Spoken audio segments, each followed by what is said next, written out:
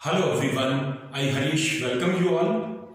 आज की इस वीडियो में हम जानेंगे uses of is, am are, was were और विल के।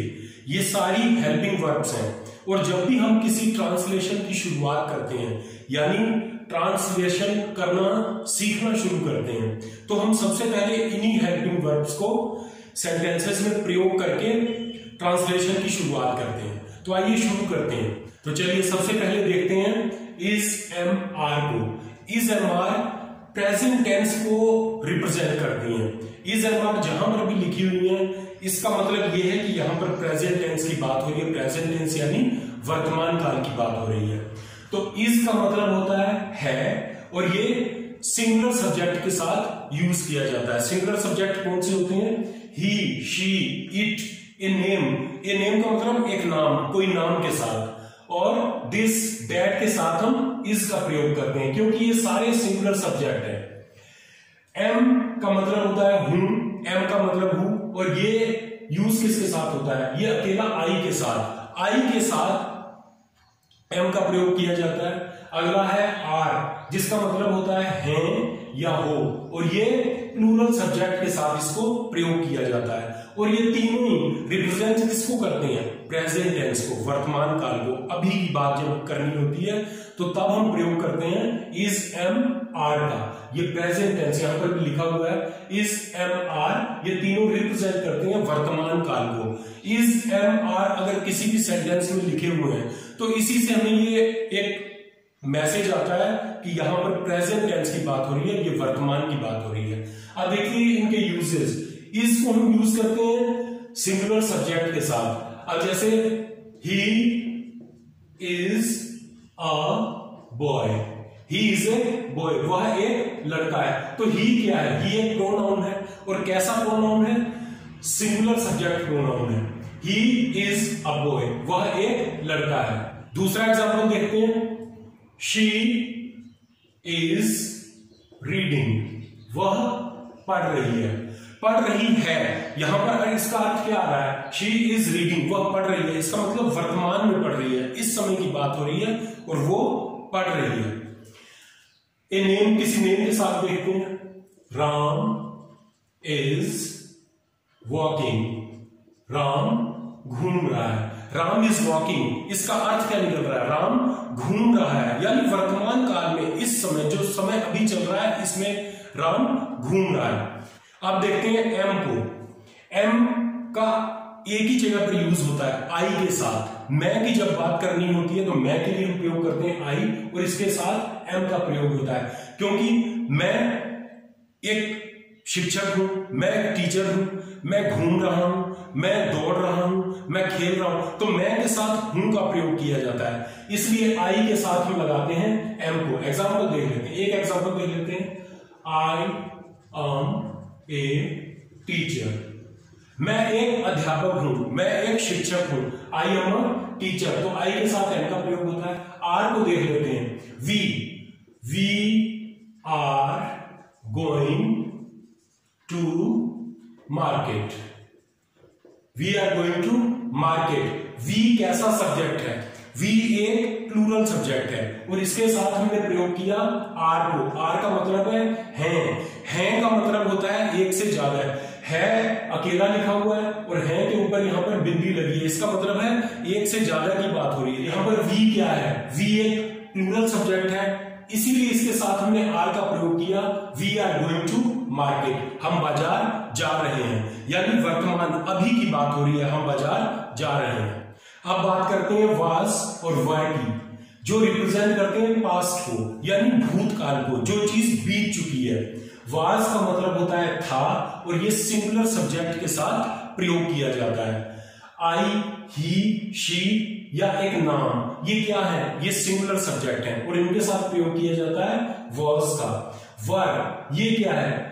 इसका अर्थ है थे, वर का मतलब है थे, और ये यूज किया जाता है प्लूरल सब्जेक्ट के साथ, जैसे we, they, you, these, those, ये सब क्या है? ये प्लूरल सब्जेक्ट है और इनके साथ प्रयोग किया जाता है वर का। वाज और वर को प्रयोग किया जाता है पास्ट की बात बताने के लिए। वाज और वर के एग्जांपल देख लेते हैं।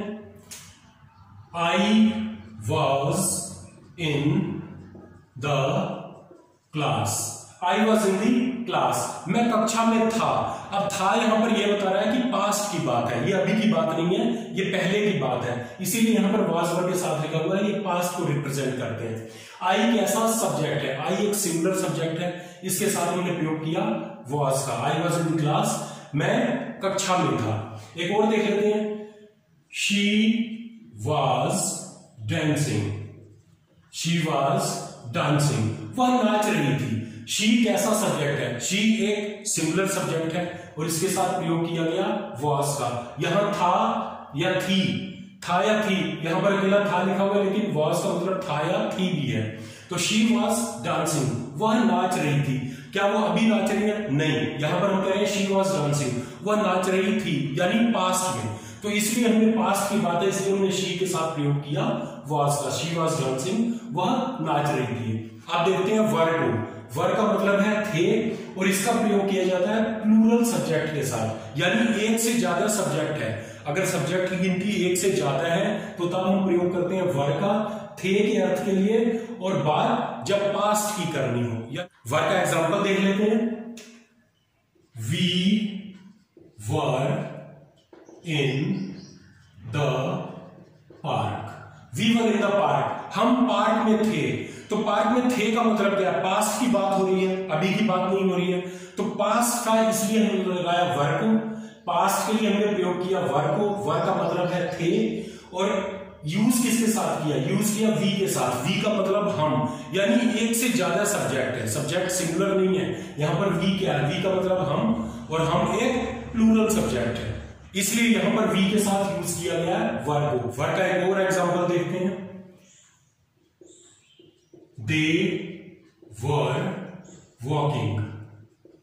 दे वर वॉकिंग, वे टहल रहे थे या वे घूम रहे थे। दे क्या है? दे एक प्लूरल सब्जेक्ट है। दे का मतलब है वे यानी कई सारे लोग। दे were walking, they were walking, वे टहल रहे थे।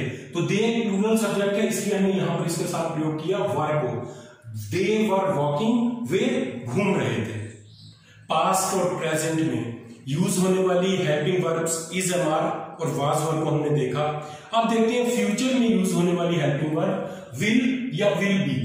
विल और विल बी, इन दोनों को देख लेते हैं, इनको कैसे प्रयोग किया जाता है। विल और विल बी रिप्रेजेंट करते हैं फ्यूचर को, यानी आने वाले टाइम को, भविष्य काल को, और इनका अर्थ होता है होगा।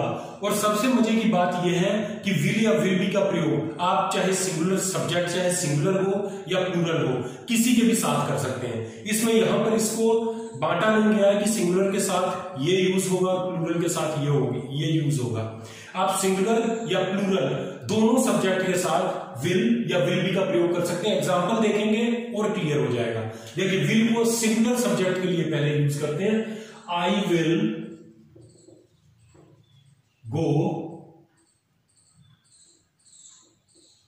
आई will go to Delhi. I will go to Delhi, मैं दिल्ली जाऊंगा। तो आई कैसा सब्जेक्ट है? आई एक सिंगुलर सब्जेक्ट है, यानी एक अकेले व्यक्ति की बात कर रहा है, तो विल का प्रयोग किया गया। अब देखते हैं विल का प्रयोग प्लूरल सब्जेक्ट के साथ। They will go to Delhi.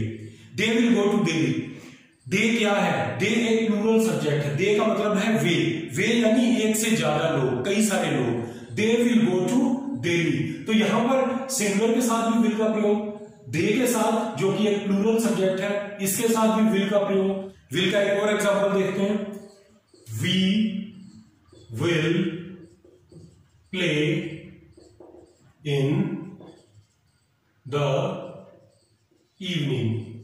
We will play in the evening, हम शाम को खेलेंगे। वी कैसा सब्जेक्ट है? वी एक प्लूरल सब्जेक्ट है, क्योंकि वी का मतलब क्या है? हम यानी एक से ज्यादा है, और यहां पर भी हमने विल का प्रयोग किया। We will play in the evening, हम शाम को खेलेंगे। यानी सब्जेक्ट सिंगुलर हो या प्लूरल, विल किसी के भी साथ लगाया जा सकता है। एक एग्जांपल विल बी का देखते हैं, आई विल बी देयर